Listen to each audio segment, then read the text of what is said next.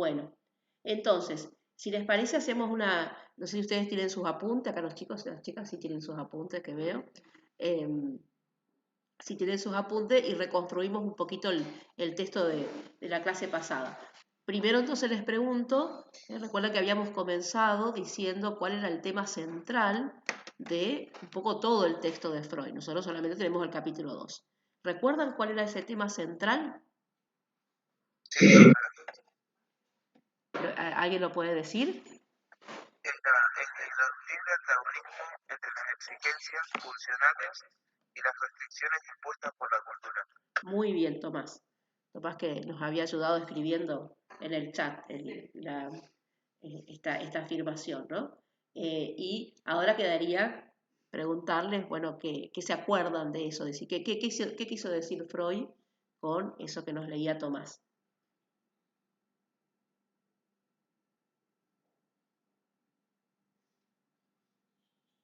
¿Anotaron también ustedes a lo mejor la explicación? Decían. Yo había puesto que una tensión entre los deseos y lo impuesto en la sociedad. Ajá, muy bien. Eso había notado. Muy bien. Que nunca alcanzábamos a satisfacer todos nuestros deseos, que siempre quedaba un resto. Muy bien. Muy bien. Entonces, vieron que no sé si escucharon lo que por acá decían, recordame el nombre, lo que decía Lili. Ella decía que era una tensión constante entre nuestros deseos y los ideales, podríamos decir, que nos impone la sociedad, ¿no? Por eso el próximo texto va a tener que ver con los ideales de la posmodernidad, que serían los ideales que se nos propone, la posmodernidad sería este tiempo que estamos viviendo, ¿no? Por eso vamos a conectar con eso. Entonces, siempre en toda sociedad, es decir, en todas las sociedades, siempre hay ideales que se proponen. Que nunca vamos a poder satisfacer todos los deseos. Exacto, exactamente. Y por eso siempre va a haber esa tensión constante, ¿no? Pero por eso la palabra que dice Freud dice el irreductible. Es decir, no, nunca se va a poder reducir o satisfacer totalmente nuestros deseos y aquellas y exigencias, como dice, impuestas por la sociedad. Y que esto producía el malestar. Claro, exactamente. Entonces, ya que estamos acá, entonces decíamos, entre el deseo, ya los chicos no ven, pero bueno, no importa. Y el deseo y las exigencias culturales serían, ¿no? Acá siempre va a haber una tensión. Y precisamente esto, ¿no? Porque está esta tensión, siempre va a haber un malestar.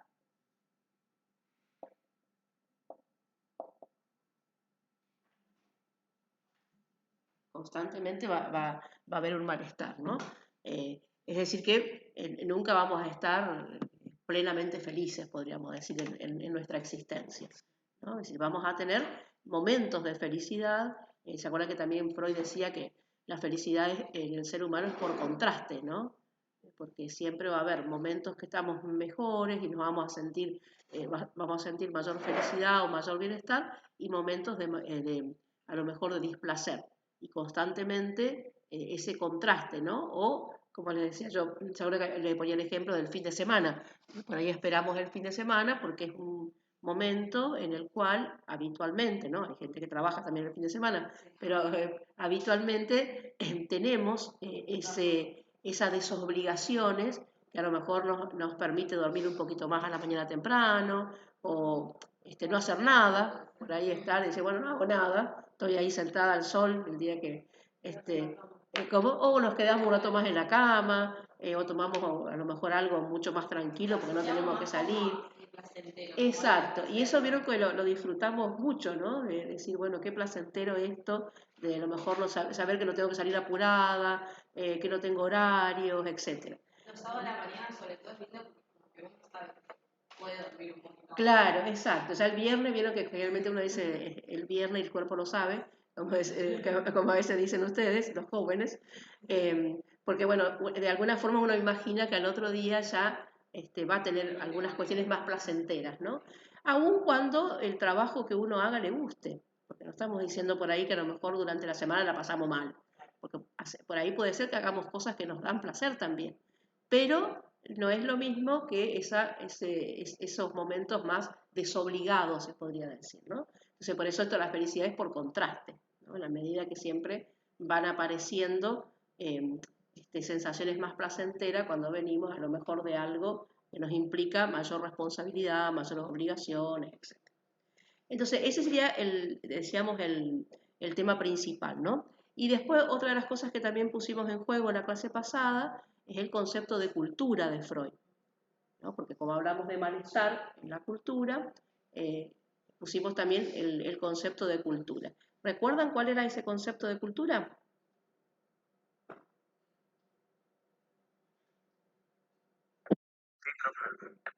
¿Querés decirlo, Tomás? Son una suma de producciones e instituciones que distancian nuestra vida de los antecesores que son los animales. Muy bien. Creadas por el hombre. Exactamente, es decir que entonces dijimos... Yo había puesto también que tiene que ver con eso que es específicamente humano, en las producciones que el hombre realiza y instituciones que él ha creado. Muy bien, entonces exactamente, por eso nos distancia de los animales en la medida en que son cuestiones que los animales no pueden realizar, ¿no? Entonces decíamos que son instituciones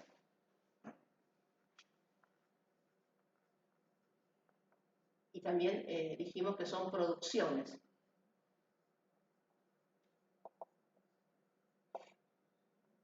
Y eso marca una diferencia con los animales, ¿no? Entonces, ¿y recuerdan esas instituciones y esas producciones? ¿A qué, algún ejemplo? Habían dado varios ejemplos ustedes. Escuela. Muy bien, Teatro. exactamente. Acá en las instituciones habíamos puesto, puede ser una institución de escuela, ¿no? Teatro, muy bien, habían dicho también, recuerdo. Exactamente, la religión, ¿no? Todo eso, museo, son todas instituciones creadas por el hombre con distintas significaciones, pero que tienen un simbolismo para nosotros, ¿no? Y producciones, ¿a qué hacíamos referencia con las producciones? Que serían, producciones viene de producto, ¿no? Esos productos que el hombre crea y que también son parte... Para protegernos de... Esas serían las funciones que después teníamos dos, ¿no? Pero, ¿qué producción son típicamente humanas? Decíamos, el animal... bien, bueno, podríamos decir acá, las instituciones son las escuelas, ¿no? Y las escuelas, pero en la producción, supónganse, pienso en esto que ustedes decían de la escuela, uno podría decir los libros, por ejemplo, son producciones, ¿no? Son productos, libros de cualquier índole. Fíjense que eso es propio del ser humano, ¿no? Los animales no producen libros, ¿no? La tecnología. ¿No? Eso también, eso son producciones, ¿no? Cualquier cosa. En los museos pueden estar las obras de arte. Muy bien, las obras de arte, muy bien. Eso también son producciones, ¿no? No sé, las canciones, la música sería, ¿no? Pues canciones sería música. Entonces, todas esas son producciones que el hombre realiza, ¿no? Entonces, y que son también que forman parte de una cultura, ¿no? ¿Vieron? Por eso, por ejemplo, cuando se quiere, en el pasado, cuando se quería borrar una cultura, se quemaban los libros, se quemaban las obras de arte, es decir, se quemaba todo eso porque parecía que haciendo eso se arrasaba con la cultura de esa población, ¿no? Por eso ese acto de quemar era un acto muy violento, ¿no? O sigue siendo un acto muy violento, ¿no? A veces cuestiones simbólicas, ¿no? También para purificar sus actos. Sí, de alguna forma, y piense que esto que estamos hablando, yo digo en el pasado, en el presente también, lamentablemente, ¿no? Exacto, justo lo remito porque pensaba en esto de del mundial que tenemos a fin de año. Y fíjese, por ejemplo, el otro día decía, bueno, no sé cuántos años de prisión para alguien que ponga visible la bandera de la diversidad, ¿no? Entonces, fíjese la aberración, ¿no? De quemar algo que es simbólico y que produce una identificación con personas que sostienen sus derechos, ¿no? Entonces, eso es una producción cultural. Es una cultura muy diferente cuando... Claro, pero aun cuando sea una cultura diferente, uno tendría que ser respetuoso, aun cuando uno dice, bueno, yo como cultura no lo entiendo, no lo comparto. No, todos los no que... obligan a que no, Exacto, yo vi eso. exactamente. Entonces, Sí, podría ser como un respeto a todas las culturas que todavía no aceptan porque tienen completamente negada la comunidad. sí, sí, sí. Sí, sí, exacto, pero porque así... está mal dispuesto, pero... sí, sí, por eso, porque uno podría decir, eso también vale para las personas, ¿no? Porque uno podría no coincidir con ciertas cuestiones en relación a los otros, pero eso no implica que uno tenga que arrasar con el otro, ¿no? Puede no coincidir y está en todo su derecho de no coincidir, ¿no? Porque todos tenemos derecho a no coincidir con ciertas visiones, pero eso no significa, bueno, ponerlo en el lugar del exterminio, etcétera. Entonces, siempre las producciones culturales tienen que ver con esto del orden de lo simbólico, ¿no? Y que solamente es propio del ser humano. Entonces, estas producciones y estas instituciones que el hombre ha creado, decíamos también que eran a partir o que tenían dos funciones, ¿no? Que ¿recuerdan cuáles eran esas funciones? Para poder protegernos de la naturaleza y Muy poder bien. regular las relaciones de los hombres entre sí. Exacto, exactamente. Que decíamos también que, como dice Freud, ambas son fallidas, porque si bien es cierto que nos dan mayor protección, si no tuviésemos eso estaríamos menos protegidos, pero siempre hay algo del orden de la naturaleza que de alguna forma nos afecta, ¿no? Y a veces nos afecta gravemente, ¿no? Como decíamos, por ejemplo, lo de la pandemia, que más allá de toda la ciencia que el hombre ha podido desarrollar, la pandemia la burló, se podría decir, ¿no? Bueno, el hombre ahora construyó vacunas, pero sucesivamente seguramente van a ir apareciendo otros virus, y bueno, y el hombre va a ir creando también ciencia para protegernos. Ahí lo pusimos producciones, también tendría que ser la ciencia, por ejemplo, ¿no? Como producciones. Y decíamos también para regular la relación con el otro, ¿no? Justo esto que estábamos hablando recién, ¿no? Es decir, cuando hablamos de cultura estamos hablando de que dejamos, como se suele decir, la ley de la selva o la ley de los animales, que es una ley que el animal tiene impuesta por naturaleza, no por elección, ¿no? Pero el ser humano sí hoy en día puede tener otra posición diferente ante la diferencia, ¿no? Entonces, la cultura nos permite con esas leyes regular la relación con el otro, ¿no? Es decir, con esas diferencias con las cuales tenemos que convivir, ¿no? Y que podríamos, si lo pensamos de un punto de vista positivo, nos enriquece. Pero bueno, aquellos que piensan que eso no enriquece, al menos respetarla. Para aquellos que a lo mejor dicen no, no, sí. Dale. Pero comparando con lo del mundial de que no se permitía la violencia, de que Rosario buscaba ser la ciudad con la mente más abierta y más flexible en derechos. Bárbaro, suena re lindo, pero para el turismo. Claro. Como no le importan los derechos de las personas, sino que vengan personas y compren. Claro, por una cuestión de mercado. Claro, por una cuestión de mercado, ¿no? Claro. O sea, si no me defiendo del turismo, suena perfecto. Claro, está todo bien, no hace falta ver por los No tiene nada que ver con... No, pero está bien, porque muchas veces hay cuestiones que pasan camufladamente como aceptación de derechos y en realidad es simplemente una cuestión de mercado, ¿no? Que no tiene que ver con aceptación de... Igual que el mes de junio, todas las marcas poniendo la banderita del orgullo, porque era el mes del orgullo. Claro, todo junio. Claro, todo junto. Sí, muchas veces son cuestiones más de marketing, ¿no? Y otras que no, otras que a lo mejor están más comprometidos y comprometidas, ¿no? Con esta aceptación de los derechos de las diferencias, ¿no? Bueno, entonces esto era un poco lo que habíamos trabajado la clase pasada y después también, ya ahora voy a compartir las diapositivas porque esto lo hemos hecho sin diapositivas. ¿Se acuerdan que habíamos, que vamos con...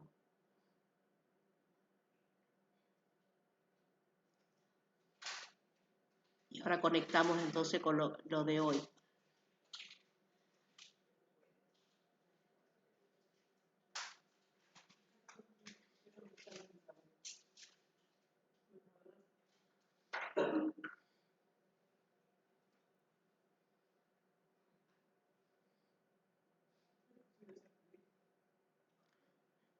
Esa es una de las preguntas que aparecía en el texto, ¿no?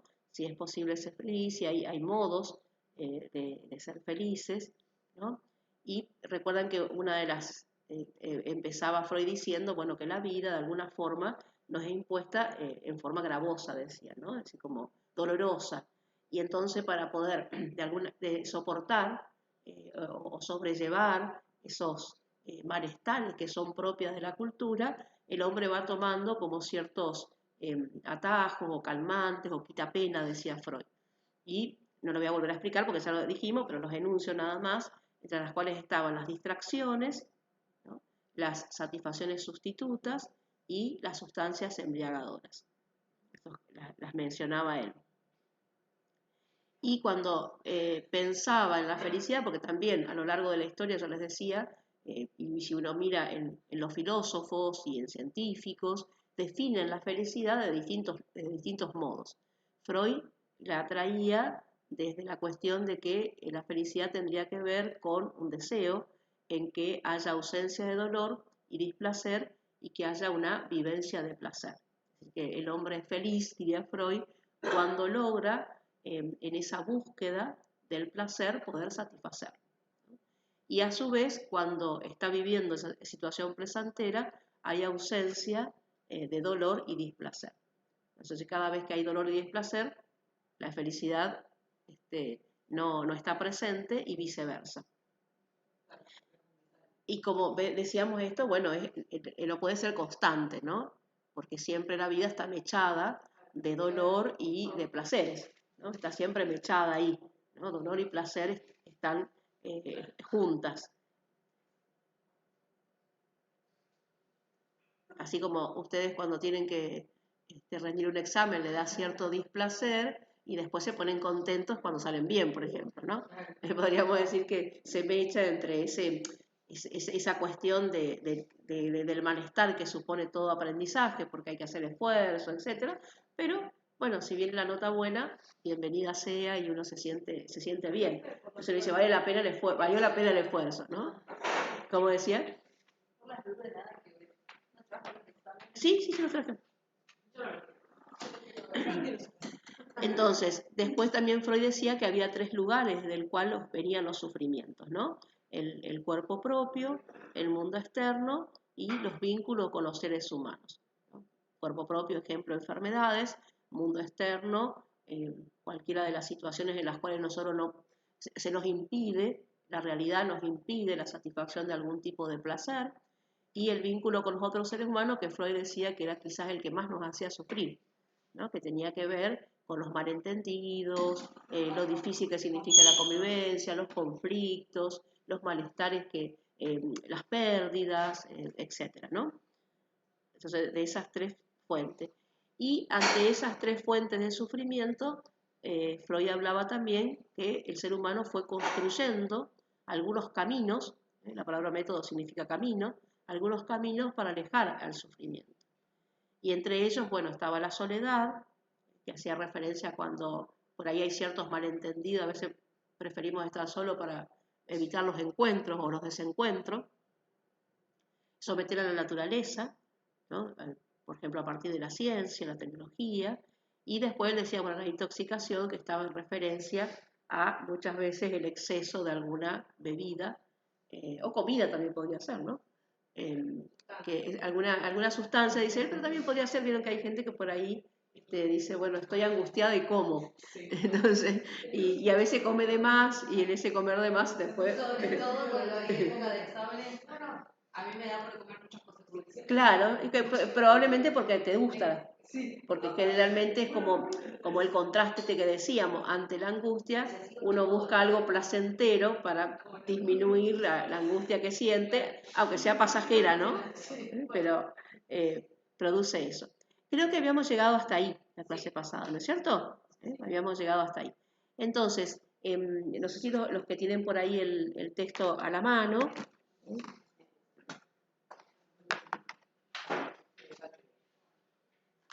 les indico la página porque así, en la página 78, hasta ahí habíamos llegado a la clase pasada, ¿no? En la página 78 del texto, donde hay el primer párrafo, que es un párrafo bien largo, estaría esto que decíamos de la intoxicación, ¿no? Lo que dice, bien se sabe que con la ayuda de los quitapena es posible sustraerse de cualquier momento de la presión de la realidad y refugiarse en un mundo propio que ofrece mejores condiciones de sensación, ¿no? Es notorio que esa propiedad de los medios embriagadores determina justamente su carácter peligroso y dañino, ¿no? En ciertas circunstancias son culpables de la inútil dilapidación de grandes montos de energía que podrían ser aplicados para mejor suerte de los seres humanos. Hasta ahí habíamos llegado a la clase pasada.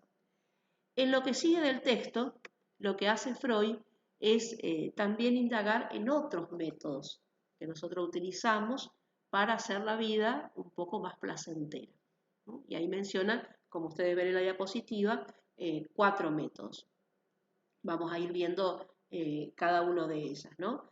El primero, vieron que dice, intervenir sobre las mociones pulsionales para liberarse del sufrimiento. Eso también lo tienen en la misma página 78, los que están siguiendo el texto, lo tienen ahí también en la página 78, 78-79, ¿no? Dice el texto, dice así como satisfacción pulsional, fíjense, satisfacción pulsional equivale a dicha, ¿no? Si cada vez que nosotros, recuerden que la pulsión es aquella que nos mueve a buscar algún objeto que nos satisfaga, ¿no? Y ese objeto es variable, ¿no? No hay un único objeto que venga a satisfacer nuestra pulsión. Es variable y es singular aparte, porque todos buscamos distintos objetos que nos satisfacen, así como puede ser que para alguno haya algo que lo satisface y para el otro no le dice nada, es decir, cada uno va buscando su propio objeto, que tampoco sale de la nada ese objeto, ¿no? Ese objeto tiene que ver con la historia de nuestra vida, no es que también el objeto es así sale de la nada y no. Esas distracciones también cuentan como producciones. ¿Cómo? Esas distracciones también cuentan como producciones. Acá estamos, las producciones van a venir después. La producción, esto que vos decís, Manuel, va a venir en la que habla de la sublimación. En esta estamos hablando de intervenir en las pulsiones para liberarnos del sufrimiento. Porque si nosotros decimos que la pulsión es aquella que nos mueve a buscar algún objeto que nos produzca placer, puede ser que algunos en su percepción digan, bueno, pero si ese objeto no lo encuentro, entonces voy a tener displacer. Entonces, ¿cuál sería la solución? Bueno, hacer que la pulsión desaparezca. Porque si yo, sería algo así, si yo menos deseo, menos sufro. Claro. A mayor deseo, mayor búsqueda de objeto de deseo, y si no lo encuentro, o si se me hace difícil encontrarlo, voy a tener más sufrimiento. Entonces algunos dicen, bueno, ¿cuál es el método? Y el método es hacer que la pulsión, de alguna forma, entre comillas, desaparezca. Digo desaparezca porque la pulsión nunca va a desaparecer, Claro. pero sí la podemos reprimir, por ejemplo, ¿no? O reemplazar. A la pulsión nunca la vamos a reemplazar. Lo que podemos reemplazar, que eso sí sería también el segundo punto, donde habla de sublimación, es poder reemplazar el objeto que satisfaga la pulsión. Eso sí lo podemos hacer. Pero la pulsión siempre es permanente en nosotros, en el ser humano, ¿no? ¿Cómo sería ese modo? Acá, fíjense que acá dice, intervenir sobre esta emoción pulsional, uno puede esperar, dice Freud, liberarse de una parte del sufrimiento. No dice totalmente del sufrimiento, ¿no? Y entonces pone como ejemplo la gente que hace yoga, ¿no? O la sabiduría oriental. Pero que la sabiduría oriental tiene esta tesis, podríamos decir, que uno sufre porque desea. Si tuviese menos deseo, sufriría menos. Entonces lo que hacen es trabajar sobre sí mismo para desear menos, ¿no? Y hacen todo un trabajo de meditación, de reflexión. ¿Cómo? Es todo interno. Claro, exacto. Exactamente. Sería todo una cuestión interna de cómo desear menos ante una cultura que sería la nuestra, que es una cultura la nuestra es una cultura donde nos proponen siempre nuevos objetos para satisfacernos, ¿no? Entonces siempre estamos en esa tensión. La búsqueda siempre de cosas, algo. Exacto, Siempre. exactamente, que es un poco lo que aparece en el otro texto, ¿no? Esta cuestión de constantemente estar buscando algún objeto y que muchas veces son objetos superficiales, banales, etcétera, ¿no?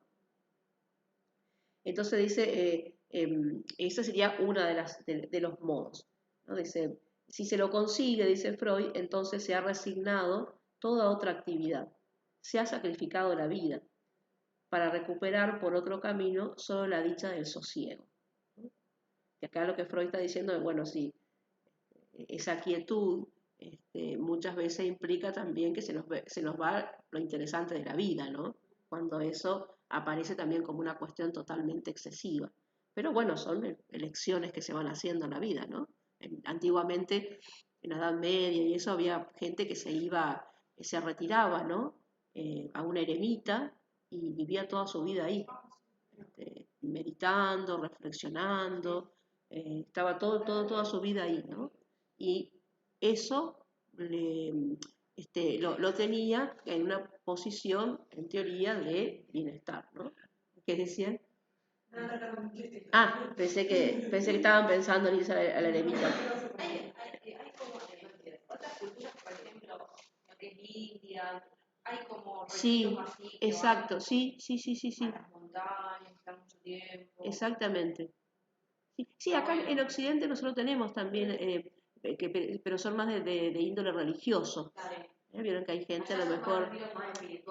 Claro, ya exactamente, que no está pegado específicamente a alguna religión institucional, sino más bien una cuestión de espiritualidad. Es más liberador, sí. Cada uno está más bien, supónganse, hay gente que a lo mejor dice, bueno, me voy a hacer un retiro y se va, no sé, a la abadía de los monjes, y a lo mejor se pasa 7 días en relación a la cuestión religiosa. Muchas veces son prácticas religiosas, ¿no? Acá ya son más bien prácticas espirituales en el sentido de que no están solamente incluidas dentro de una determinada religiosidad, ¿no? Inclusive hay gente que a lo mejor no es creyente, ¿no? Pero sí espiritual. Claro, sí, porque se podría no ser creyente, pero sí pensar de que el ser humano no es pura materia, que tiene una dimensión espiritual y que esa dimensión espiritual, así como se suele decir, alimentamos nuestro cuerpo, también está bueno alimentar esa dimensión espiritual. Y entonces eso se hace con determinadas prácticas, ¿no? Que pueden ser de meditación, de reflexión, de silencios, etcétera, ¿no? Ahora está como muy en auge el tema de la meditación. Sí. Pero es algo que está bueno, porque evidentemente es algo como que te ayuda, te renueva. Sí, sobre todo porque nosotros, esto que vuelvo de nuevo, ¿no? Como estamos en una época de globalización, donde los encuentros con las otras culturas son más habituales, antes uno ni sabía lo que pasaba en otro lado, se han incorporado sobre todo a partir de las culturas orientales, ¿no? Que son donde ellos por cultura tienen toda esta cuestión de la meditación, del sosiego, de la paciencia, ¿no? Yo en ese sentido yo lo admiro porque es increíble. La la paz. Sí, el silencio, vieron que son civilizaciones donde el silencio se cultiva más. Nosotros vieron que somos esto de lo rápido, de estar todo el tiempo en actividades, todo el tiempo O de responder por reflejo. exacto, de mucho ruido, claro, siempre estar en el ruido. Claro, y ahí es cuando ellos te hacen, obviamente, escuchar. Pero lo que pasa es que tiene que ver con, como decíamos, una cuestión cultural y eso desde muy pequeño le enseñan en las escuelas. Por ejemplo, me acuerdo una vez veía una película donde los niños hacían mandalas en la arena. Y entonces después una vez que te llevaba todo un tiempo, ¿no? Hacerlo, y después venía el maestro y se lo desarmaba todo. Se lo desarmaba todo después, y entonces un poco lo que decía el maestro era que era para cultivar la paciencia. O sea, había que volver a hacerlo. Claro, porque si uno lo hace en un papel, bueno, lo puede romper, ¿no? Pero la arena también implica esto de lo transitorio, de que nada es permanente y que todo puede ser pasajero, ¿no? Y nuestra vida es pasajera, ¿no? Claro. Sí. Sé también que hay lugares que te hacen hacer lo mismo, pero como sal. Ah, mira. Y que te hacen destruirlo vos. Ajá. Para que te des cuenta de que sí, ahora está perfecto, pero vos lo podés destruir y todo es pasajero. Sí, claro, porque todo es transitorio. Eso tiene la cultura oriental tiene muy marcada esta cuestión de lo transitorio y que nosotros somos tránsito también, ¿no? Y que por lo tanto somos tránsito, no tenemos que por qué apegarnos a nada, porque también las cosas son efímeras, ¿no? Entonces, toda una educación, ¿no? que es mucho más que el hecho de una práctica de una meditación. Hay toda una educación que desde muy pequeños, desde la escuela, se transmite de ese modo, ¿no? Entonces, esto sería, bueno, la intervención sobre las pulsiones. Lo segundo, ahí ahora explico la palabra, solo lo leo como está allí, pero vieron que dice sublimación, desplazamientos libidinales que no sean denegados por el mundo externo.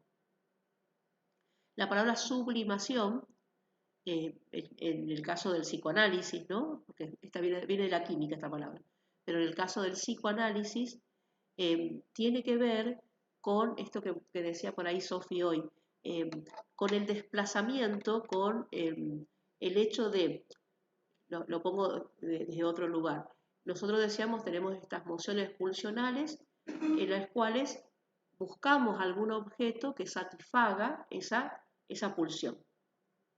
Pero puede ser que ese objeto que nosotros deseamos no sea aceptado culturalmente, ¿no? Porque a lo mejor es un objeto que entra en conflicto con el otro, o porque es un objeto que a lo mejor tenemos que renunciar, u otras veces tenemos que postergarlo, puede ser, ¿no? Entonces, ¿qué hace la pulsión? La pulsión puede hacer esto, ¿no? Es decir, bueno, más allá de que no sea aceptado socialmente, lo hago igual, con lo cual va a traer toda una serie de conflictos más graves, o decir, bueno, me doy cuenta de que a lo mejor si yo voy a ese objeto puedo dañar a otros, puedo tener algo negativo, le puedo hacer daño a otra persona, y entonces lo desplazo hacia otro objeto que también me satisfaga, a lo mejor no con la misma intensidad, pero que sea parecido, pero es aceptado culturalmente.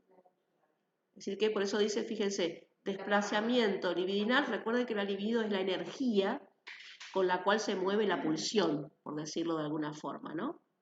Entonces, vieron que dice desplazamiento libidinal que no sean denegados por el mundo externo, es decir, que yo pueda, exactamente, que yo pueda visualizar que eso que voy a hacer, el mundo externo no me lo va a reprochar, ¿no? Pongo un ejemplo así muy simple. Supónganse que hay una persona que está muy enojada y tiene ganas y se enojó con otra y tiene ganas de ir a agarrarlo a piña. Es decir, bueno, o de tirarle algo, te tiro con algo. Y en ese enojo, quizá no en ese momento, pero bueno, dice, esto indudablemente no va a solucionar el conflicto si voy y me agarro a piña o lo que sea. Y entonces, bueno, dice, bueno, me voy a descargar este enojo y me voy a correr. porque a mí me gusta hacer deporte y me gusta correr y me da placer correr. Entonces, bueno, me voy y me descargo corriendo. A lo mejor hay gente que le gusta el arte y dice, bueno, me voy a pintar. Me voy a hacer, rayo todo, pero bueno, hago el rostro del otro y lo rayo así. Pero bueno, fíjese que no es lo mismo ir a lo mejor a correr, a hacer un deporte, hacer algo de arte o alguna otra cosa que me guste y con eso tramito el enojo, entonces estoy buscando algo que no es denegado en el mundo externo, es decir, porque la cultura acepta estas cosas que también son placenteras. Mi prima, por ejemplo, cocina. Cocina cuando se Claro, bueno. Cocina, es increíble. Y aparte de sale de rico las cosas, porque es su manera de... Sí, Lo hacía enojar cuando ven. La hacía enojar cada vez que quería comer.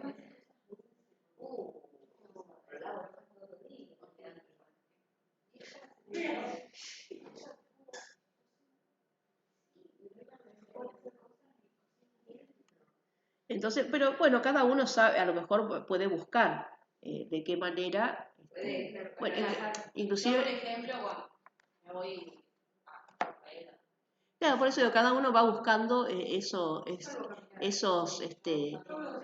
en esos objetos que se puede desplazar.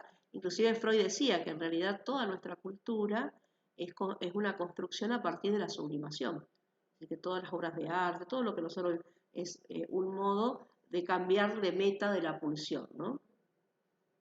Así, chicos, eso lo tiene en la página 79, que dice, otra técnica para la defensa contra el sufrimiento se vale de los desplazamientos libidinales que nuestro aparato anímico consiente, ¿no? Es decir, que es consensuado con el aparato anímico, y por los cuales su función gana tanto en flexibilidad. Eso también es importante, porque esto permite que una persona pueda tener una estructura psíquica mucho más flexible que aquella que solamente le parece que si no le va y le pega una piña a alguien, no va a poder descargar su enojo, ¿no? Entonces las personas más maduras, podríamos decir, son las personas que tienen esa flexibilidad psíquica, ¿no? Entonces la sublimación permite estos desplazamientos. Y también, bueno, después acá también le pone como ejemplo la ciencia y el arte, dice, ¿no? Dice, por el destino puede mostrarse, bueno, satisfacción como la alegría del artista, el acto de crear, de corporizar los productos de su fantasía, o como la que procura el investigador, la solución de problemas y el conocimiento de la verdad. Entonces, también después un poquito más adelante, va a decir la importancia que tiene esta capacidad de que no toda la satisfacción esté puesta en un solo objeto, en un solo lugar, se podría decir, ¿no? El otro concepto es el concepto de fantasía, ¿no? Que esto es un concepto que todos lo tenemos. ¿Qué les parece a ustedes? ¿Qué es la fantasía? Y desea que no es alcanzable, como que está en su mente. Ajá, muy bien, ahí no decía como algo que está en nuestra mente. Adelina dijo lo irreal. Meli. Lo que uno se imagina. Bien, exactamente. Vieron que... Lo que uno se imagina que puede ser, ¿vio? Cuando usted dice, no, pero está fantaseando con tal cosa, porque se imagina lo que quiere. Exactamente. Vieron que acá dice fantasías admitidas, es decir, que de alguna forma la persona se da cuenta que está construyendo una fantasía, ¿no? Es decir, y que esa fantasía le sirve como para evadirse un poco de la realidad, ¿no? Que muchas veces uno dice, bueno, en esa fantasía, claro,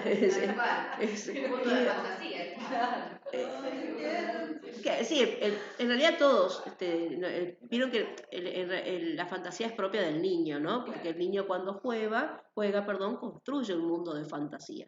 Y el juego es sumamente importante para el niño. A medida que vamos creciendo es como que se va reduciendo ese campo de la fantasía, porque, bueno, nos imbuimos más al mundo de la realidad. Pero muchas veces, en momentos a lo mejor que estamos muy apremiados por determinados malestares, la fantasía es como que le pone un paño frío, por así, ¿no?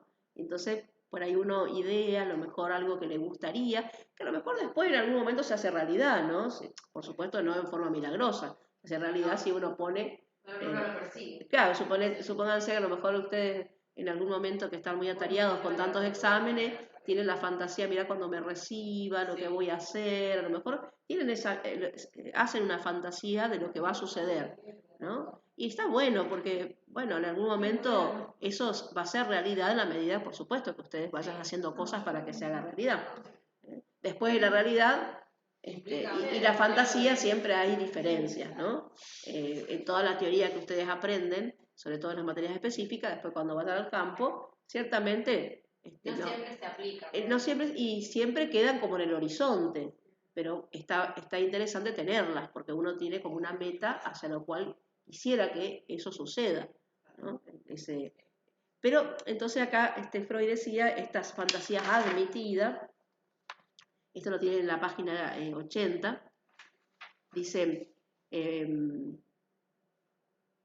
la satisfacción se obtiene con ilusiones admitidas, acá dice ilusiones, lo mismo que fantasía, como tales, pero sin que estas divergencias suyas respecto de la realidad efectiva arruinen el gozo. El ámbito del que provienen estas ilusiones es el de la vida de la fantasía. En su tiempo, cuando se consumó el desarrollo del sentido de la realidad, ella fue sustraída expresamente de las exigencias del examen de realidad y quedó destinada al cumplimiento de deseos de difícil realización. Entonces, alguien creo que dijo algo difícil de realizar. Esto también se suele decir, estoy soñando despierta, ¿no? Vieron que las fantasías tienen que ver, porque los sueños en realidad son deseos fantasiados que en el dormir se hacen realidad. Miren cuántas veces soñamos cosas que nosotros desearíamos hacer en la realidad, pero no las hacemos por determinados motivos, porque hay obstáculos, por determinados motivos no los llevamos a cabo en la realidad. Y en el sueño lo cumplimos al deseo, ¿no? En el sueño se cumple ese deseo, pero fantasiado, digamos, ¿qué? Sí, pero también podemos ir construyendo a poco esa fantasía. Sí, lo que pasa es que no, depende, porque muchas veces lo que soñamos puede ser delegado. Claro, a veces es totalmente imposible, qué sé yo, suponete, yo sueño que la persona que a mí me gusta me da bolilla. Y a lo mejor la persona que a mí me gusta ni me mira, y no me va a mirar nunca a lo mejor. Y bueno, para ir al sueño yo sueño y estamos juntos, todo. Pero después la realidad, por más que a lo mejor yo hice algunos intentos, la persona ni me registró. Entonces, o me registró de otro modo. Y bueno, yo tengo que aceptar de que, bueno, ¿qué va a hacer? Entonces, no sé, hay otras cosas que sí, que a lo mejor ustedes pueden soñar, a lo mejor en algún momento que ya son enfermeros y ya están en el ámbito, y están trabajando, bueno, eso sí se puede hacer realidad. Eso sí se puede hacer. Claro. O por ejemplo, cuando soñabas que eras, no sé, novia de algún actor. Claro, exacto. Sí, que te miraba. Y ahí ya pensás que los amores católicos. Sí, claro. Algo que Pero, me acuerdo cuando miraba a Casi Ángeles. Claro, eran tus primeros amores. Entonces, por ahí hay ciertos sueños, es cierto que uno puede decir, uno puede soñar con cosas que a lo mejor después las puede desplegar en la realidad, y hay otras que no, porque tienen algo del orden de la imposibilidad, ya sea porque, bueno, hay un obstáculo de parte de a lo mejor del mundo externo, u otras veces son cosas que socialmente no son aceptadas. O sea, a veces uno puede soñar, claro, a veces uno puede soñar con cosas que lo desearía, pero se da cuenta de que no son aceptadas socialmente, que, como esto que decíamos, puede causar un daño. Entonces, más allá que a lo mejor yo en el sueño lo hice realidad, después sé que hay determinadas, como decíamos hoy, normas de convivencia que, bueno, hacen que yo tenga que desplazar eso, ¿no? Tenga que trabajar sobre eso. Y quizás también podamos darnos cuenta, otra cosa que vale, pero podamos darnos cuenta de que A ver, ¿cómo sería? Algunas cosas. Claro, o sea, por ejemplo, yo tenía el sueño con él de ser enfermera o de estudiar enfermería. Y estoy acá. Claro, pero... Eso también vos causa decís... placer. Sí, por eso digo que muchas cosas que la tenemos como metas, después puede ser que hagamos cosas para alcanzarla, Claro. ¿no? Que no sea solamente una fantasía, ¿no? Que podamos darnos cuenta de que poniendo algo de lo nuestro, eso se puede alcanzar. Y hay otras que no, que son totalmente... Claro, no son imposibles. Eso son totalmente construcciones, ¿no? Por estos obstáculos que decíamos del mundo externo, porque no siempre las cosas dependen solamente de nosotros. Hay cosas que sí, que nosotros tenemos más protagonismo. Hay otras cosas que no, que depende también de otro, ¿no? Y el otro modo que dice, chicos, dice dar la espalda al mundo externo, perdón, y ahí lo pone en el orden del delirio, que ya sería distinto a lo que recién decíamos de la fantasía. Ustedes eso lo tienen en la página 81, ¿no? Y dice, hay otro procedimiento, 80-81, ¿no? Hay otro procedimiento más enérgico y radical. Discierne el único enemigo de la realidad, que es la fuente de todo padecer y con la que no se puede convivir. Por eso es preciso romper todo vínculo con ella, si es que uno quiere ser dichoso en algún sentido. El eremita vuelve la espalda a este mundo, no quiere saber nada con él, pero es posible hacer algo más, pretender recrearlo, edificar en su reemplazo otro donde sus rasgos más insoportables se hayan eliminado y sustituido en el sentido de los deseos propios.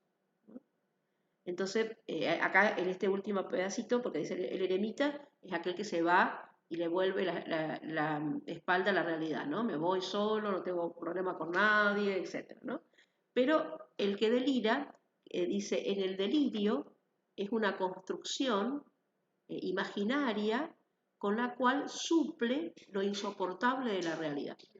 Supónganse que, y por supuesto que cuando alguien delira, estaríamos ya en el orden de lo patológico y dentro del ámbito de la psicosis, ¿no? Salvo que el delirio sea efecto de el consumo de algún consumo problemático, que también puede pasar, ¿no? Que alguna fármaco, algún estupefaciente produzca delirio, pero estamos hablando de esos delirios que son producto de una estructura psicótica.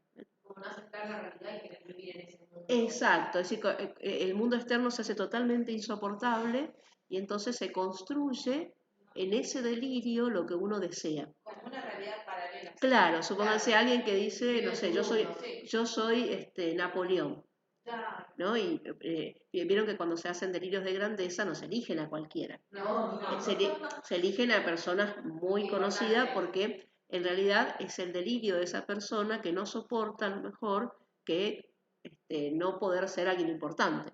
Y porque no puede soportarlo, construye en su delirio y se siente y tiene la certeza de que es Napoleón. No es que es como nosotros que si entramos en la fantasía del juego y a lo mejor podemos decir, sí, yo soy uno es Napoleón, el otro no sé qué, el otro no sé cuánto, que sería el juego, ¿no? Y entramos y salimos de ese juego. En serio, pero no exacto, sabemos que es un como sí, ¿no? Porque el juego es un como sí. En este caso, el delirio es tener la certeza. El que es Napoleón tiene la certeza de que es Napoleón. El que es el Mesías tiene la certeza de que es un Mesías, ¿no? Vieron que hay gente que se cree el Mesías, ¿no? Entonces, si yo soy el Mesías, me aparece. Claro. Sí, en los Simpsons justamente hay un capítulo que Homero se cree el Mesías. Entonces, bueno, por supuesto que ahí estaríamos ya en otro ámbito, ¿no? Sí, escucho, ¿eh? Que le quería preguntar, entonces usted dice que la persona que tiene ese delirio es como que también tiene la certeza, como que está convencido de que es eso. Exacto, no es que lo está inventando como cuando nosotros jugamos y podemos inventar, vieron que a veces... Es una realidad paralela, que cree todo lo que en realidad, esa persona sí. yo diría, no es una realidad paralela, sino sustituye, es decir, el delirio... No le gusta la realidad y y entonces no le gusta la realidad, entonces crea una Pero realidad profe, propia. ¿esta gente en estado de delirio todo el tiempo? No, ¿O no, vuelve no, a la porque realidad y tiene episodios de de- delirio? depende, porque por ahí a veces pues, depende en qué situación está la persona, porque muchas veces la persona psicótica, si está tratada terapéuticamente, está con cierta medicación que permite que esos delirios bajen, ¿no? Y que sean más esporádicos, ¿no? Pero supónganse, a veces uno se encuentra con una persona en situación de calle que tiene una estructura psicótica y a lo mejor habla con esa persona y esa persona se presenta como si fuese el Mesías, supónganse, ¿no? Y habla de por qué es el Mesías y seguramente, y uno, por supuesto, puede conversar con esa persona, nunca la va a sacar de ese lugar y no tiene por qué tampoco, ¿no? Yo conocí a un chico que tiene esquizofrenia. Claro, bueno, la esquizofrenia es una estructura psicótica, exactamente. Él decía que era una mujer. Ajá, bien. Era medio como mezcla con delirio. No, sí, porque toda psicosis siempre, una de las sintomatologías propias de la psicosis son las alucinaciones y los delirios, ¿no? El delirio tiene que ver con la estructura del pensamiento, la alucinación con las percepciones, ¿no? Entonces puede ser también el delirio paranoico, ¿no? Aquel que piensa que lo están persiguiendo y generalmente que lo persigue es la CIA, es decir, son instituciones de renombre, ¿no? Entonces dice, bueno, me persigue la CIA, me persiguen, veo a ese que está ahí, me está mirando. Por eso, fíjense que en el texto, recalco de nuevo lo que dice el texto Freud en la página 81, dice, el eremita le da la espalda, ¿no? Ese no tiene delirio, huye, podríamos decir, ¿no? Huye de esa realidad y se encierra y se va al bosque y a la montaña y está solo ahí. Pero dice, es posible hacer algo más, ¿no? Pretender recrearlo, edificar en su reemplazo otro donde sus rasgos más insoportables se hayan eliminado y sustituido en el sentido de los deseos propios, ¿no? Es decir, que eso que para la persona parece como insoportable, se lo recrea, dice, ¿no? Se lo elimina, se lo sustituye a partir de esa creación que la persona hace. Entonces, Profe, y por ejemplo, cuando uno está internado mucho tiempo, que empieza así como a delirar y eso, ¿qué es eso? eso depende, porque uno puede estar internado no sé en qué situación te referís, Meli, internado, en qué situación sería. No, por ejemplo, qué sé yo, mi abuela estaba en sala común y, o sea, alucinaba. Y mi abuelo estando en coronaria también, o sea, los dos Claro, bueno, de pero los dos eso, juntos. sí, eso no tiene que ver con estructura psicótico, sino que, bueno, puede ser por varios motivos. Muchas veces tiene que ver con una cuestión ya senil, otras veces tiene que ver con perder el sentido de la realidad, porque uno está mucho tiempo entre cuatro paredes y entonces pierde lo que es el sentido de la realidad, se desubica temporalmente. Otras veces puede ser efecto secundario de alguna medicación. No estamos hablando de esos casos más específicos, ¿no? Que, como les decía, también puede ser el consumo problemático que dé como consecuencia el delirio, de tal manera que si la persona deja el consumo problemático, no va a tener delirios.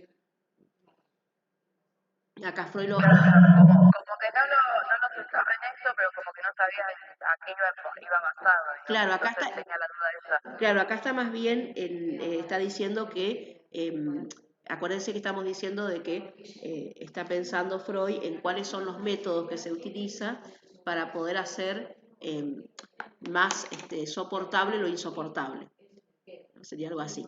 Y entonces, dentro de todos los métodos que él identifica que por supuesto, esto tiene que ver con una gravedad, ¿no? No todos los otros que dijimos. Los otros que dijimos son... Pero llega un momento que, por ejemplo, el consumo, digamos, llega un momento que realmente afecta. Sí, Afecta, digamos, orgánicamente. Orgánicamente y psíquicamente. Sí, afecta siempre psíquica y orgánicamente, porque en definitiva también el consumo problemático, así como hablaba, cuando él dice las sustancias embriagadoras o la intoxicación, está hablando de eso, Claro, tanto de sí. las bebidas, puede ser la adicción a la bebida, o puede ser algunas cuestiones de fármaco Pero o alguna otra yo cosa, quería ¿no? saber si el daño ese es como permanente, digamos, o no. O se Depende, puede... depende primero el tipo de consumo de lo que vos ingeriste, la cantidad de tiempo, sí, hay muchos factores. Y el tratamiento que tienen que llevar después de eso. Sí, sí, Hay algunos y a que su tienen vez tratamiento que es algo permanente, sí. porque O sea, nunca se recupera. claro, Y no, exactamente, porque porque ya quedó. hay una cuestión, no, porque hay una cuestión estructural, ¿no? De estructura psíquica y que entonces, indudablemente, esa relación con el objeto ese no es algo que uno dice, bueno, totalmente se desaparece. Sí, sí, no, yo lo Pero preguntaba. bueno, por eso va a depender de muchos factores, ¿no? Es que, y de muchos factores y la singularidad de cada persona también, Yo ¿no? tengo un familiar con problema y lo que consume desde los 15.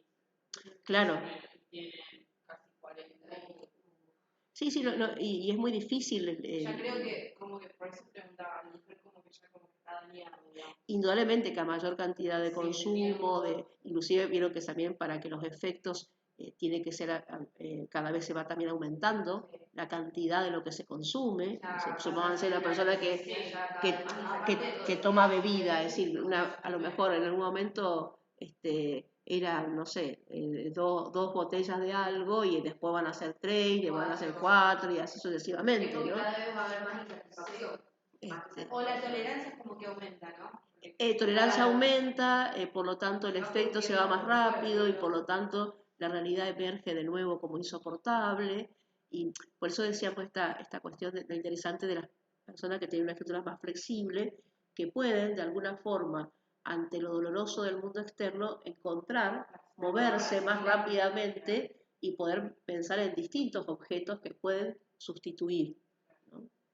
Por eso esa flexibilidad también es importante. Que acá, justamente acá le decía, que decía Freud, estaba buscando dónde era la partecita donde decía, en la página 83 dice, bueno, dice, al final de la página 83 dice, toda decisión extrema será castigada, exponiéndose al individuo a los peligros que conlleva la insuficiencia de la técnica de vida elegida con exclusividad. Así como que está hablando cuando uno pone toda su satisfacción en una sola cosa, ¿no? Supónganse, vieron que hay gente que dice, yo soy adicto al trabajo, ¿no? Como que parece que la vida gira en torno a ese, por lo tanto, también, Hay gente que es muy... exactamente, que solamente, claro, no existe otra cosa más que lo religioso, o no existe otra cosa más que el trabajo, no existe otra cosa más que el partido de fútbol, o la pareja. Hay Digo, un montón de cosas exacto, que uno pone todas. que está todo puesto ahí, ¿no? Entonces por eso Freud dice, toda decisión extrema, dice, ¿no? Que sería esto, será castigada exponiendo al individuo a los peligros que conlleva la insuficiencia de la técnica de vida elegida con exclusividad, ¿no? Esto de que... Se hace así como lo que usted está diciendo, pero con el deporte, o sea, con el cuidado del cuerpo sería. También, muy bien, exacto, viene el ejemplo. Vieron que, qué sé yo, al gimnasio, ¿no? Y se pasa a lo mejor horas en el gimnasio y está todo el tiempo mirándose al espejo, ¿no? Dice, y acá a poner una analogía, dice, así como el comerciante precavido evita invertir todo su capital en un solo lugar, podría decirse que la sabiduría de la vida aconseja no esperar toda satisfacción de una aspiración única, ¿no? Acá le pone el ejemplo de, vieron que hay un dicho popular que no sé si lo conocen, que se dice así, no poner todos los huevos en la misma canasta, no sé si lo conocen, que quiere decir un poco esto, porque aquel que pone todos los huevos en la misma canasta, si se cae la canasta se rompieron todos los huevos. En cambio, si uno los distribuye, claro, entonces se puede caerle una canasta y se le rompen 2 huevos. Ahora, pero cuenta con los otros, sería, ¿no? Entonces, esto un poco es eso, ¿no? Si todo el tiempo, si mi vida gira alrededor de la pareja, si alguna vez me deja, y bueno, ¿qué tengo? No tengo nada. Claro, no me puedo, porque era mi único sostén, ¿no? Entonces está bueno que uno, por supuesto, la cuestión de pareja es interesante, pero también pueda tener otras cosas, ¿no? Que le guste hacer en la vida. Claro, y parece que todo pasa por ahí. Exacto, o los hijos, muchas veces puede pasar también. Y cuando los hijos empiezan a irse, se le cae el mundo. Todo en exceso es como Exacto. todo exceso igual, todo, cualquiera, sea exactamente. Claro. Entonces acá también está bueno esto que...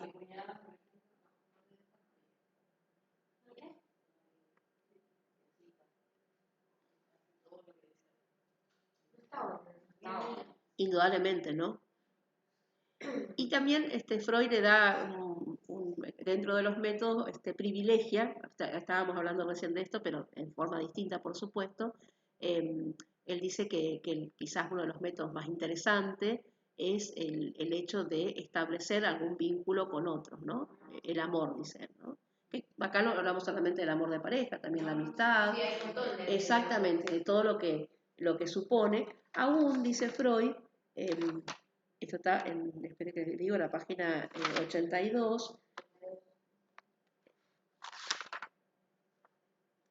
Dice, me estoy refiriendo desde luego a aquella orientación de la vida que sitúa al amor en un punto central, que espera toda satisfacción del hecho de amar y ser amado. Esta actitud psíquica de este índole está al alcance de todos nosotros.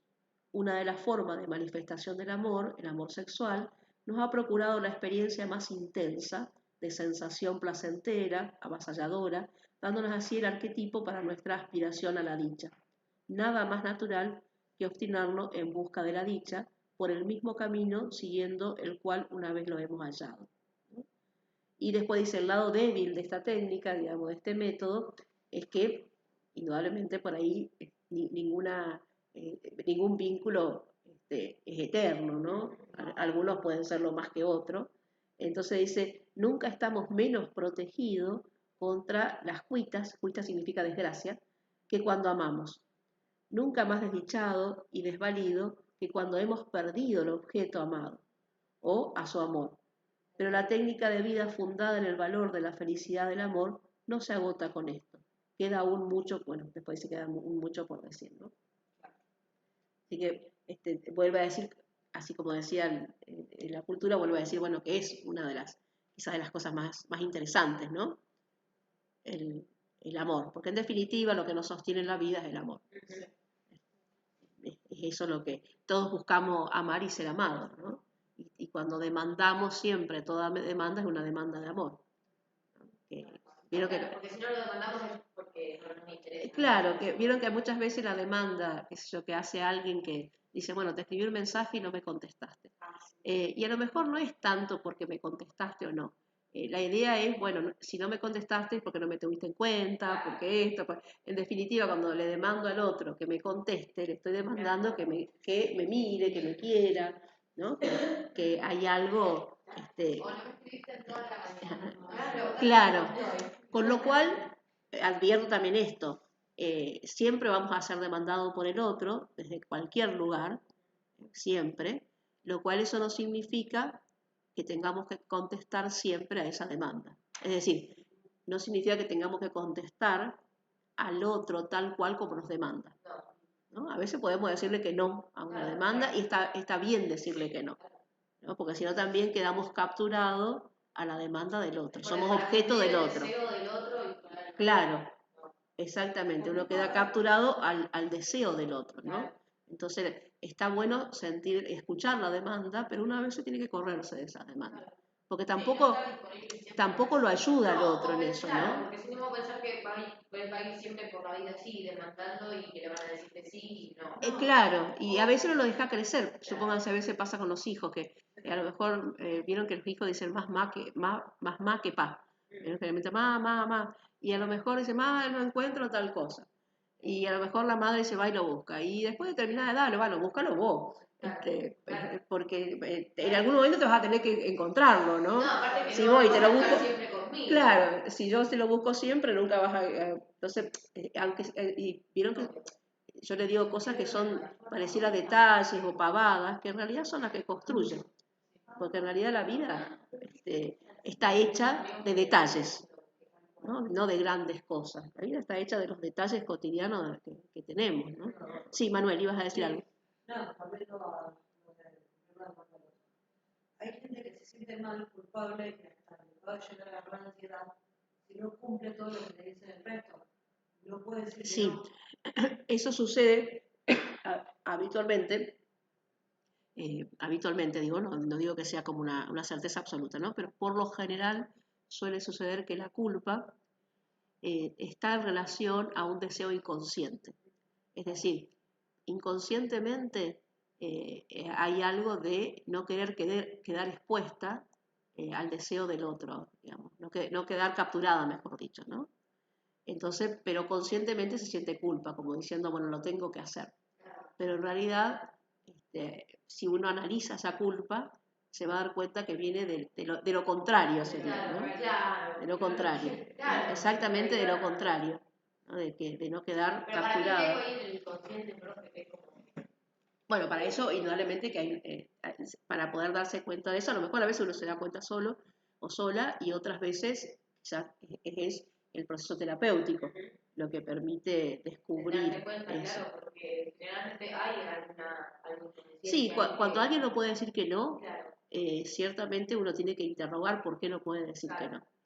hay algo ahí. Porque también es agotador tener que decir siempre que sí. Tipo que imagínate que creo que nunca llegar a satisfacer tus propias necesidades, estar tan ocupado Claro, en satisfacer las otras. exacto, porque no Claro, tenés tiempo claro. nunca para vos. Claro, Pero a su vez la persona dice, bueno, lo que pasa es que yo si opto por decirle al otro que no para tener tiempo para mí, me siento egoísta. claro, y se siente Entonces, culpable. es culpable, claro, y un círculo vicioso. Un círculo vicioso. Porque cuando le dice que sí al otro también se siente mal. Claro. Porque dejó de hacer cosas para sí. Entonces, a veces, bueno, se destraba muchas veces a veces en la cuestión terapéutica, ¿no?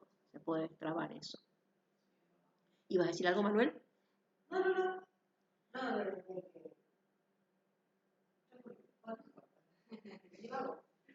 Perdón. No, a veces pues, no hay ningún problema. Bien, y con esto cerramos el texto. Freud, tanto al principio como al final del texto, trabaja sobre lo religioso, ¿no? Freud era judío, yo creo que ya le había dicho, pero un judío no religioso, digamos, ¿no? Vieron que el ser judío significa pertenecer a una nación, ¿no? A una nacionalidad, que no siempre eso tiene una implicancia con que la persona sea creyente. Así como hay otras personas que dicen, bueno, yo soy judío, pero en realidad porque pertenezco a la comunidad. Claro, nací en esa comunidad. Exactamente, a la comunidad judía, pero no soy creyente. Y Freud no solamente que no era creyente, sino también tenía una posición negativa, si ustedes quieren, en cuestión a lo religioso, y ponía sus argumentos, ¿no? Ponía sus argumentos. ¿Cuáles eran sus argumentos? Entonces, acá yo les puse el último, como cierra el artículo, pero cuando comienza el artículo, en el comienzo del capítulo 2, me llevo a esto porque tiene que ver con algo que dice acá.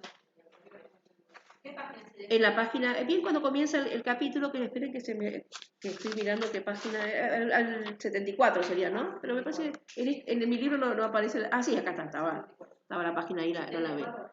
Bien donde dice capítulo 2, dice, en El porvenir de una ilusión, que es otro libro que escribe Freud, no traté tanto de las fuentes más profundas del sentimiento religioso como de lo que el hombre común entiende por su religión.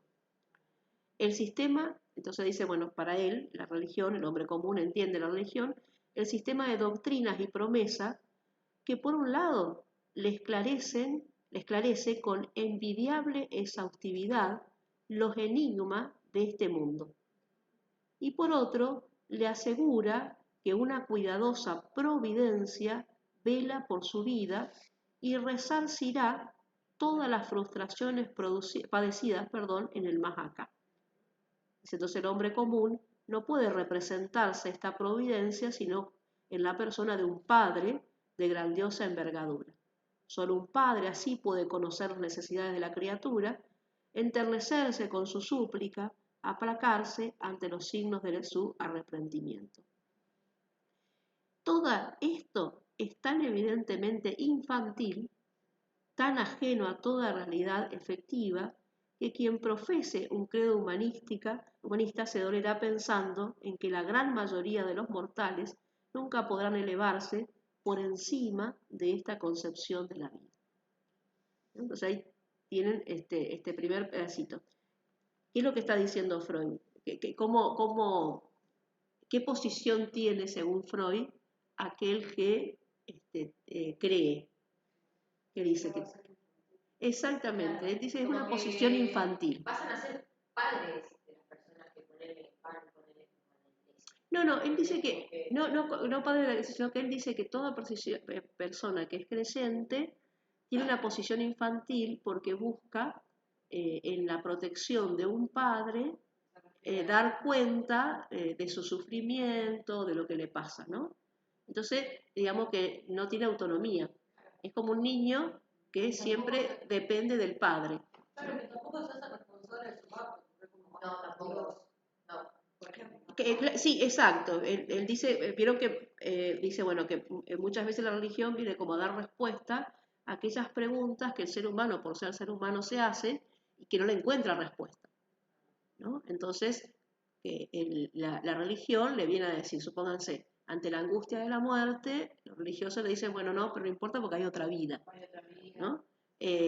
Ante las frustraciones que supone nuestra existencia, los malestares, la promesa es, bueno, en otra vida vamos a ser eternamente felices y no vamos a tener ningún tipo de sufrimiento. Entonces, no importa si sufrimos acá, allá, en el cielo, en la vida eterna.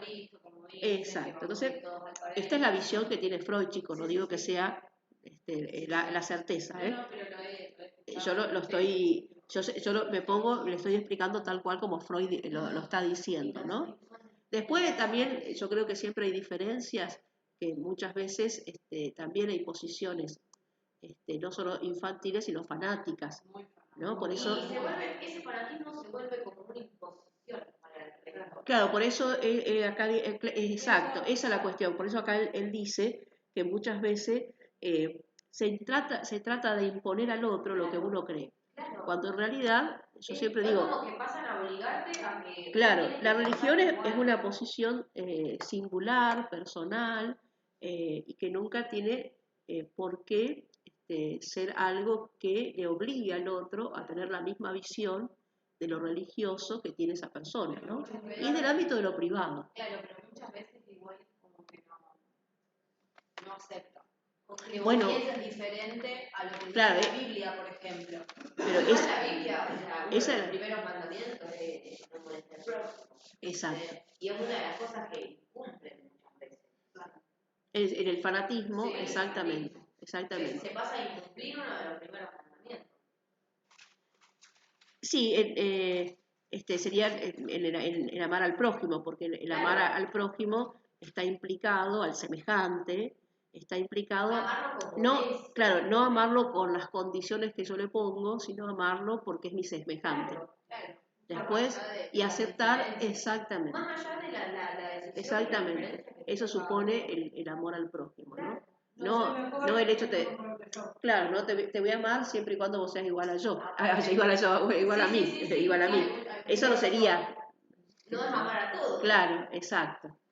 Exactamente. Aparte, ¿qué gracia tiene? Si yo quiero a los que son iguales a mí, en definitiva no hay ningún tipo de esfuerzo. A mí, por ejemplo, lo que me pasa es que hay muchas personas fanáticas que no me gusta también cuando no aceptan, por ejemplo, a las personas que son homosexuales, que lesbianas. Sí, no aceptan, podría ser cualquier diferencia, ¿no? Porque a veces está la no aceptación, no sé, de que aquel que se divorció, aquel que esto, aquel que lo otro. Entonces, la cuestión es, el amor supone esta incondicionalidad. Porque se supone que Dios nos ama a todos, Exactamente. por igual, no importa. Exactamente. Claro, pero el fanatismo muchas veces no nos permite ver que Dios nos mata, todo igual importante. Chicos, entonces, y termina en la última parte del texto, cuando así empieza diciendo, ¿no? Esto de qué es lo que entiende él por lo religioso, ¿no? Y después termina diciendo, muy parecido, dice: la religión perjudica este juego de elección y adaptación, imponiendo a todos por igual su camino para conseguir dicha y protegerse del sufrimiento. Esto es lo que recién decíamos, ¿no? Es decir, que muchas veces la religión dice: este es el único camino para ser feliz. No hay multiplicidad de caminos. No dice, bueno, este es uno de los caminos. ¿No? Que en realidad es cierto, es uno de los caminos. Y es uno de los caminos totalmente loable, se podría decir, ¿no? Lo cual no significa que sea el único.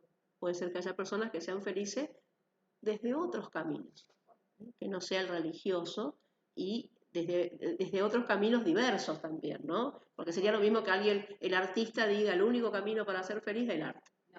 No, indudablemente que no. O, qué sé yo, el futbolista diga: el único camino para ser feliz es el fútbol. Entonces, cualquiera de estas cosas que se proponga como totalizadora, ahí es el error. Ahora, cualquiera de estas cuestiones, caminos que se propongan como uno para poder alcanzar la dicha, bueno, ahí sí tenemos la cuestión, porque es uno de los tantos caminos que uno puede construir. Perfecto. Exacto. Claro, y no molestar. Por supuesto, siempre yo digo, con el marco de referencia de los derechos humanos. Y después entonces él dice, la otra dice: su técnica consiste en reprimir el valor de la vida y en desfigurar de modo delirante la imagen del mundo real. Fíjense que es totalmente negativa la visión que tiene, ¿no? Porque dice, su técnica consiste en reprimir el valor de la vida. Está diciendo que muchas veces lo religioso hace que reprimamos todas las cosas interesantes que tiene la vida, a lo mejor sobre todo lo que hace referencia a lo placentero, ¿no? Porque se ve pecado por todos lados. Y después dice, bueno, en desfigurar de modo delirante la imagen del mundo real. Cuando dice el modo delirante, está diciendo, está creando un mundo, que sería el más allá, que es un delirio porque no existe. Aparte, como que se puede hablar como de sexualidad. Claro, exacto, como si, Pecado, exactamente. Pero ven cómo él tiene una visión, es decir, tiene una visión de lo religioso como esa construcción que el ser humano ha hecho para hacer que la vida sea un poco más llevadera, pero para él es del orden de lo delirante, se podría decir, ¿no? Cuando yo era chica me acuerdo que iba a la iglesia y era como muy demasiado cerrado. Yo fui porque, bueno, es como que, bueno, yo nací en familia católica, había que seguir lo mismo, pero una vez que